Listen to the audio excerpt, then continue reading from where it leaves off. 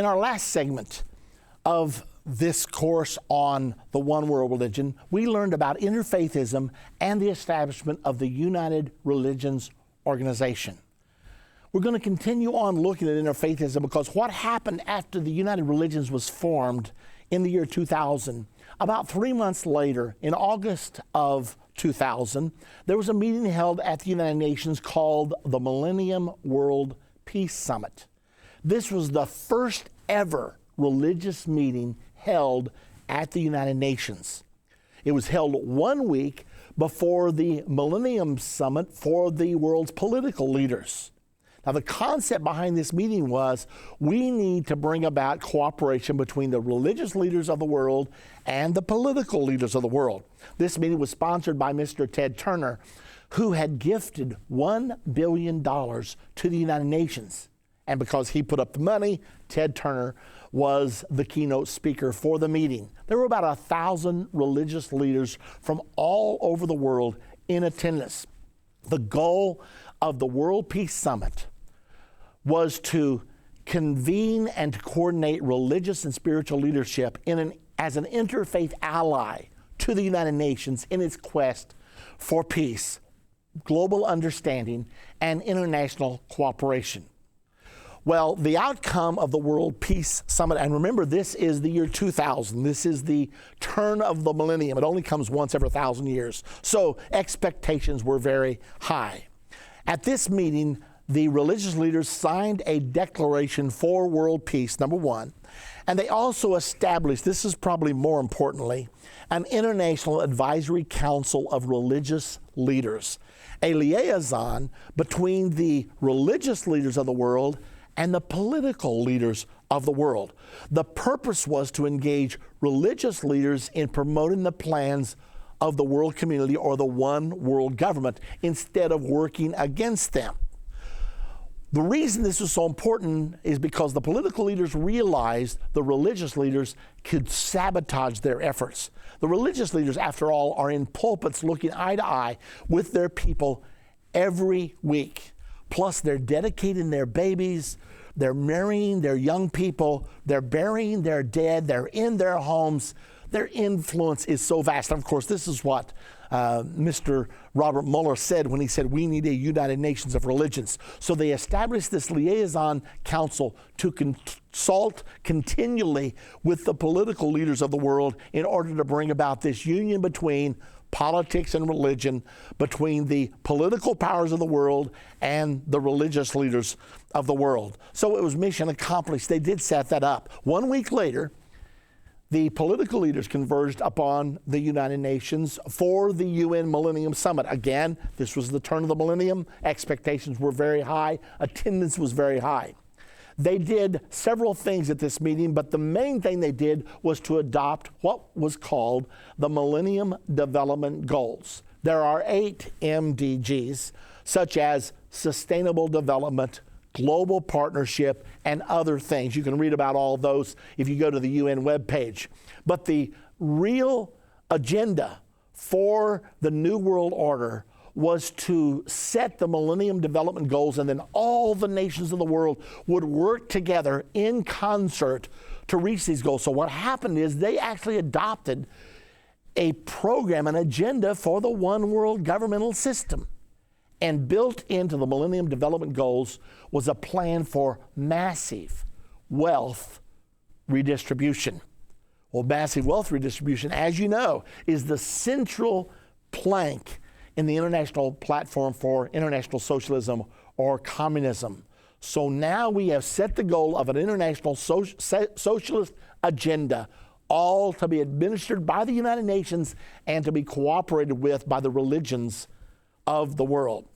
Well, the interfaith efforts continued on, and in 2002, Pope John Paul II once again led an interfaith service at Assisi, Italy. So the concept of being sown, it is being promoted, interfaithism. Tony Blair, a very influential leader in our world that all of us are very familiar with, was the Prime Minister of Great Britain for many years. However, in 2007, he announced he would be leaving the Prime Minister's office. It also was rumored that he would convert to Catholicism. Now, he didn't do this while he was in office because the Prime Minister of Great Britain is the head of the Episcopalian or the Anglican Church. So he waited until he left office, and then within a few months, he did in fact convert to Catholicism. But that wasn't all of the story, because the next year, 2008, he founded a new organization called the Tony Blair Faith Foundation. And he said, because of globalization moving us all closer together, we need a foundation that will re-educate the world so that religions can learn how to get along together in this ever closer society. He actually launched a curriculum at Yale University called Faith and Globalization, and he became a guest lecturer there. The course has since spread to other prestigious colleges as well. Now, beyond that, in 2010, realizing he needed to reach more than a few prestigious colleges, he launched a new curriculum called Face to Faith. It was a project to reach the high schoolers of our world. He entered into a partnership with Bill Clinton and his Clinton Global Initiative, and they decided to take this new curriculum and promote it to schools worldwide. Now, the plan is this. Every student will have a computer on their desk.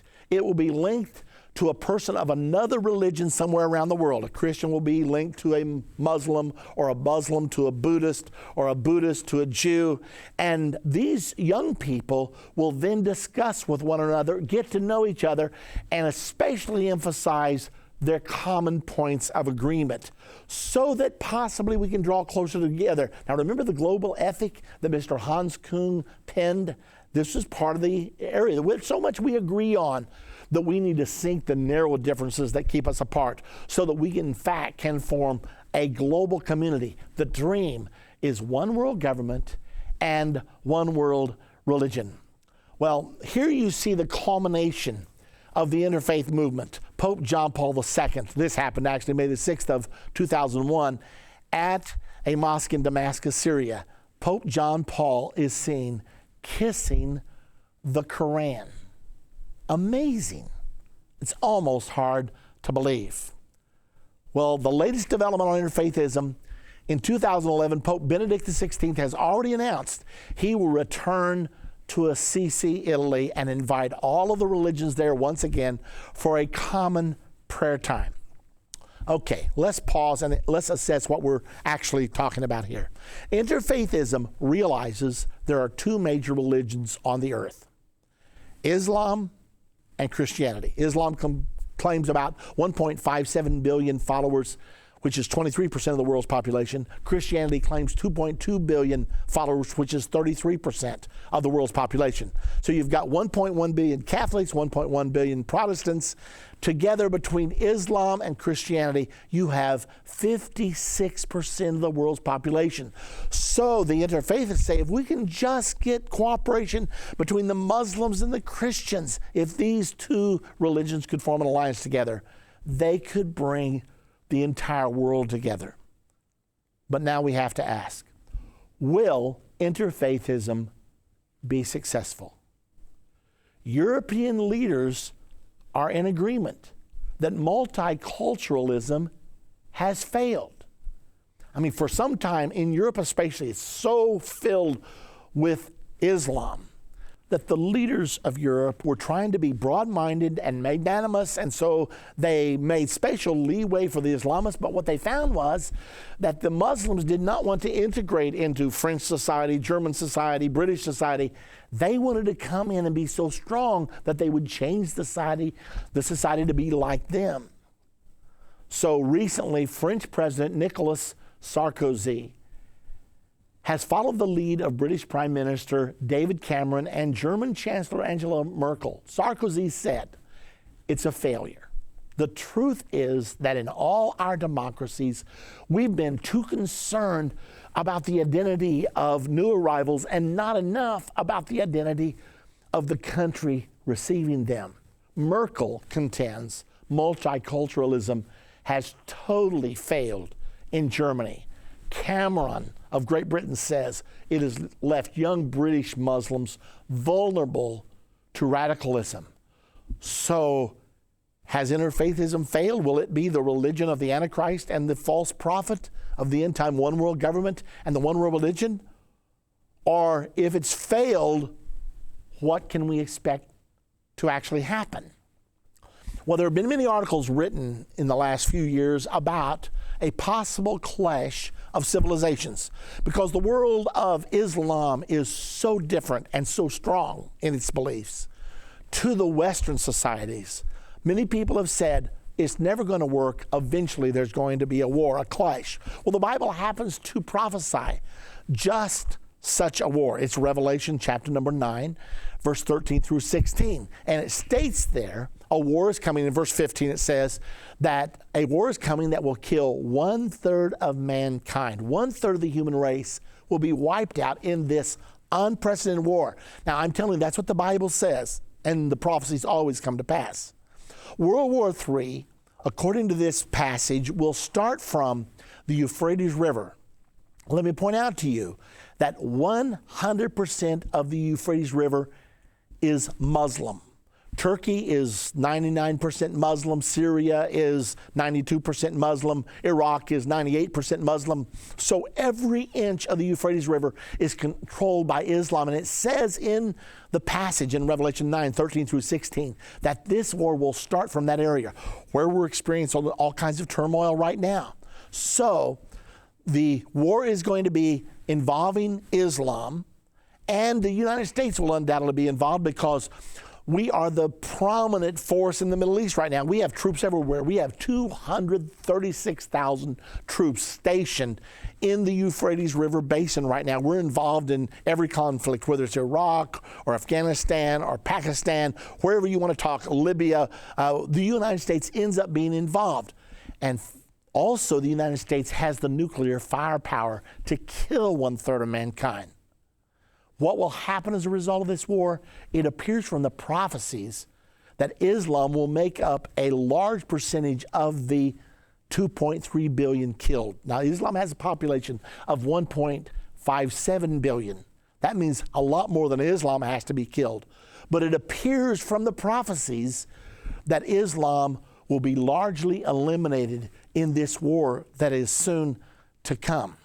Now, how do we know this for sure? Well, because we have two prophetic pictures of the world after World War III. We have two specific snapshots of the world during the final 3.5 years right before the Battle of Armageddon.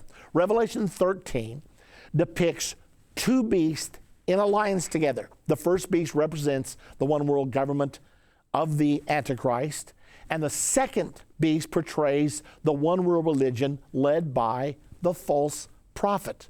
Well, this same picture, as is given in Revelation 13, is also given in Revelation 17 through 18.